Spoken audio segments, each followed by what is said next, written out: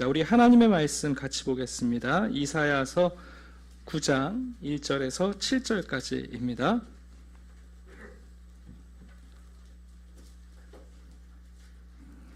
구약성경책 900, 제 성경책으로는 75면입니다.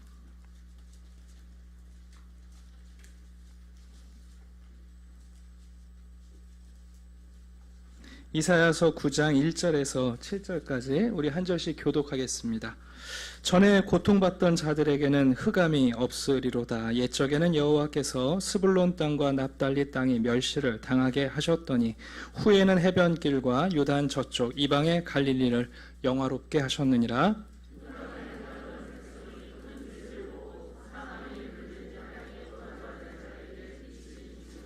주께서 이 나라를 창성하게 하시며 그 즐거움을 더하게 하셨으므로 추수하는 즐거움과 탈취물을 나눌 때의 즐거움같이 그들이 주 앞에서 즐거워하오니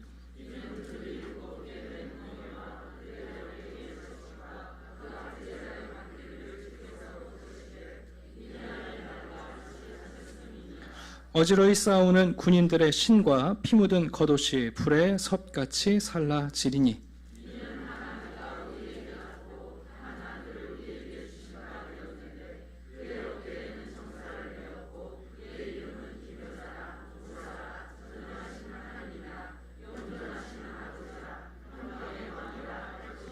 같이 읽겠습니다. 그 정사와 평강에 더함이 무궁하며 또 다윗의 왕좌와 그의 나라에 군림하여 그 나라를 굳게 세우고 지금 이후로 영원히 정의와 공의로 그것을 보존하실 것이라. 만군의 여호와의 열심히 이를 이루시리라. 아멘. 오늘 태어난 아기는 누구이신가? 결론부터 말씀드리면 평화의 왕, 평강의 왕, 만왕의 왕이십니다. 성탄절에 이 땅에 오신 예수 그리스도, 그분은 우리의 왕이십니다. 여러분, 고대 세계에서 한 나라의 흥망성쇠는 왕에게 달려 있습니다. 오늘 본문에 등장하는 스불론과 납달리는 북왕국 이스라엘의 최북단 영토입니다. 그 북왕국 이스라엘은 참 묘한 역사를 가지고 있는데 끊임없는 반역과 암살과 모반으로 왕이 바뀌었다는 겁니다. 왜 그런 유명한 말이 있잖아요. 내가 왕이 될 상인가? 그래서 옆 사람이 예 그렇습니다. 그러면 이제 왕 찌르든지 암살하든지, 그리고는 여러분 끊임없이 모반을 통해서 왕이 교체돼요. 왕을 많이 교체하면 나라가 튼튼해지고 여러분 강성해질까요? 아닙니다.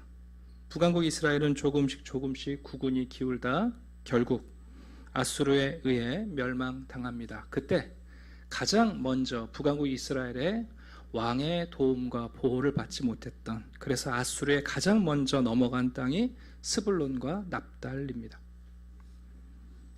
여러분, 왕이 없다는 것은 단순히 군사적 보호를 받지 못하거나 아니면 멸시를 받는 포로가 되는 수준에 떨어지는 게 아니라, 그 왕이 없으면 여러분 삶의 빛이 사라지고 흑암에 쌓이고 장차 이 나라가 어떻게 될 것인가, 사람들이 더듬어 살아가게 됩니다.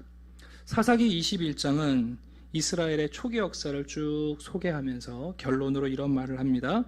그때 이스라엘의 왕이 없으므로 사람이 각기 자기의 소견에 옳은 대로 행하였더라. 또 어떤 분들은 이 말씀을 읽고 되게 좋아하세요. 아, 자기 소견대로 할 수 있구나. 포스트 모더니즘을 살아가는 우리는 스스로 뭔가를 자유롭게 결정하고, 그리고 우리가 자유롭게 선택할 수 있다는 것을 굉장히 좋아합니다. 사실은 우리 시대가 사사기와 크게 다르지 않은 겁니다. 왕이 없다는 것은 권위가 상실했고 그 사회에 질서가 없다는 혼란, 아노미 상태의 반복을 우리에게 가르쳐 주고 있습니다. 오늘은 성탄주일인데요. 이 땅에 예수님은 왕으로 오셨습니다. 근데 이게 별로 복음이 안 돼요. 왜냐하면 현대인들은 왕이라는 개념을 별로 좋아하지 않아요. 누가 왕이야? 내가 왕이라면 모르겠지만 왕이라는 절대 군주가 친숙하지 않을 뿐더러 또 우리가 원하는 지도자 상도 아닌 것 같아요. 우리는 민주 시민으로 살아가지 않습니까? 적어도 우리는 최고 지도자는 물론이고 지방의 지도자를 선출할 때 우리가 적어도 합의하고 그리고 투표를 통해서 이성적이고 합리적으로 선출한 지도자를 우리 스스로 세우고 싶어 합니다. 근데 여러분, 민주주의가 최선의 정치 체제는 아닙니다. 정말 여러분, 선거라는 것을 통해서 모든 국민이 투표를 하면 그 합의적 결과물이 우리가 후회하지 않는 지도자를 뽑을 수 있습니까? 여러분, 한번 우리 경험이 다 있으시잖아요. 그렇게 우리가 여러분 선거 때 귀를 기울이고 운동을 하고 그래서 여러분 투표하면 그래서 여러분 후회 안 하는 지도자를 뽑아 보신 적이 있습니까? 왜 우리는 왕을 싫어하는가? 사실은 왕다운 왕을 못 만나봐서 그래요. 하나님께서 이스라엘 백성들에게 너희는 가나안 땅에 들어가면 이방인들처럼 왕을 두지 말라 그러셨어요. 그거는 왕이 필요 없다는 것이 아니라 참된 왕이신 하나님 여호와가 왕이 되어주시는데 까딱 잘못하면 이방인들 같은 왕을 세울 위험이 있는 거예요. 그래서 하나님은 자신을 왕이라고 말씀하시면서 왕은 왕인데 세상에 가짜 왕들이 많기 때문에 자기를 왕이 아닌 목자라는 대명사로 칭하세요.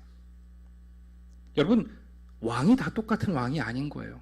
세상에 너무 가짜 왕이 많으니까 하나님께서는 야, 나는 진짜 왕인데 나는 저런 이방인의 왕과 달라.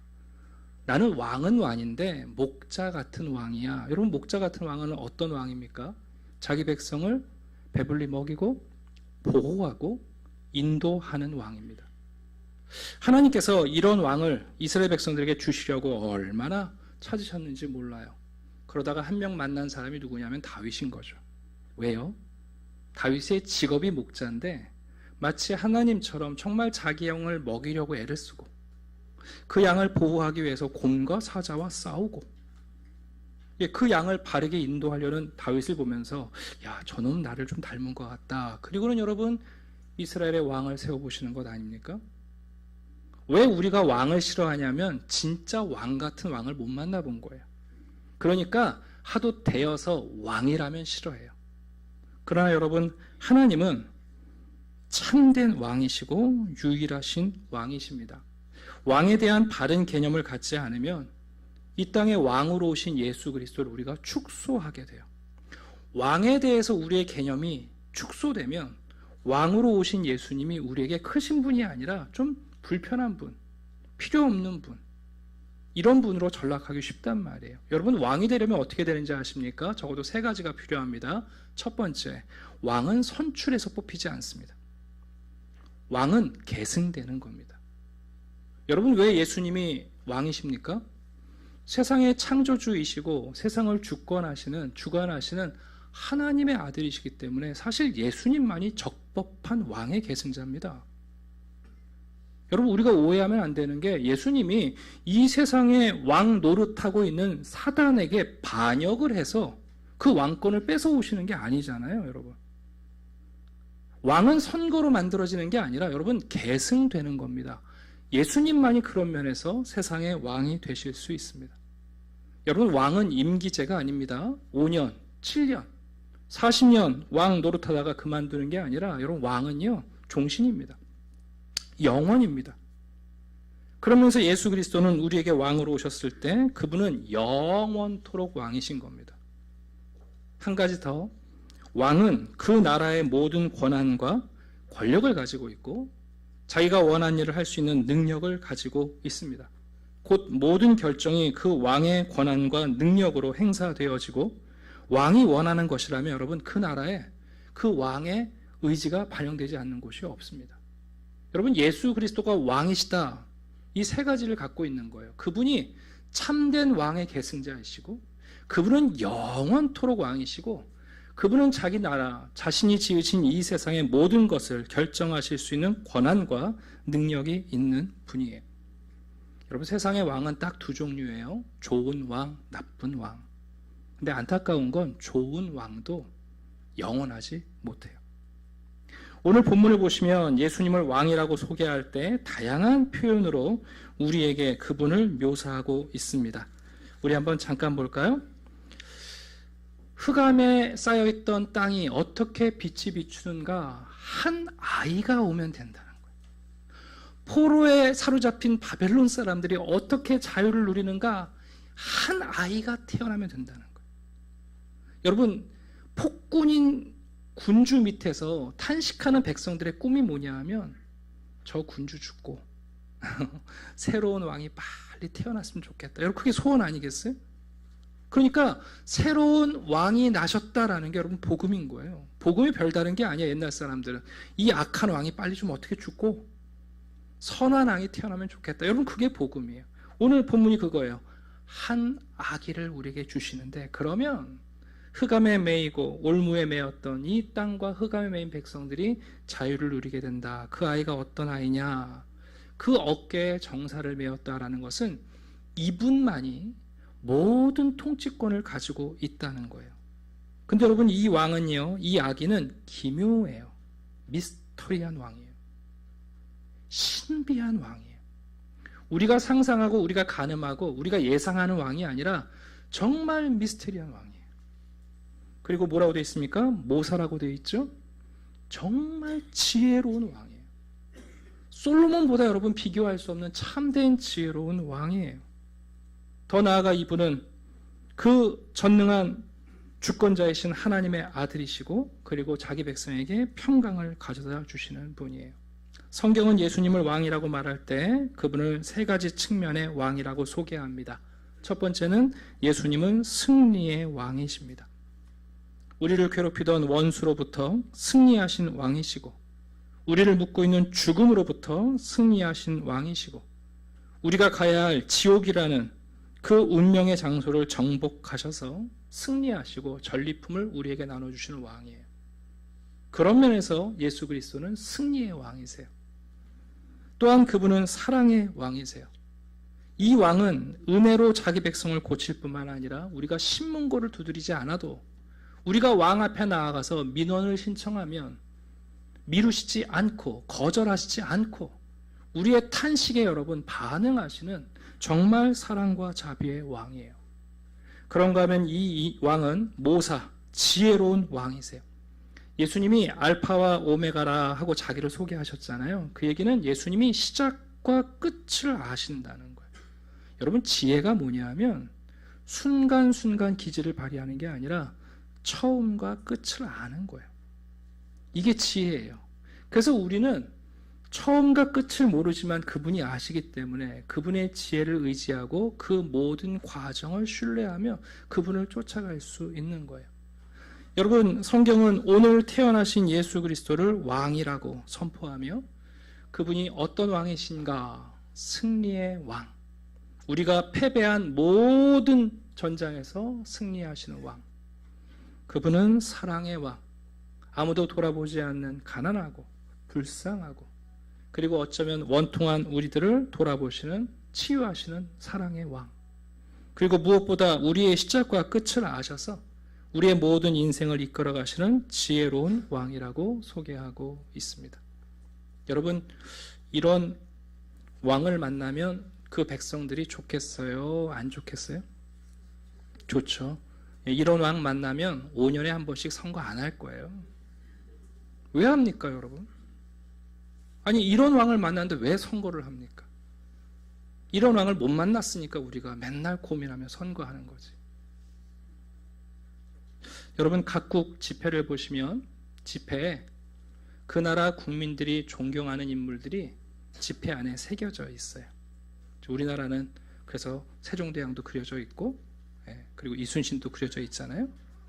근데 여러분, 어떤 국가는요 정말 존경할 인물이 없어요. 그러면 그 지폐에 사람을 새길 수 없어서 물건을 새겨 넣어요.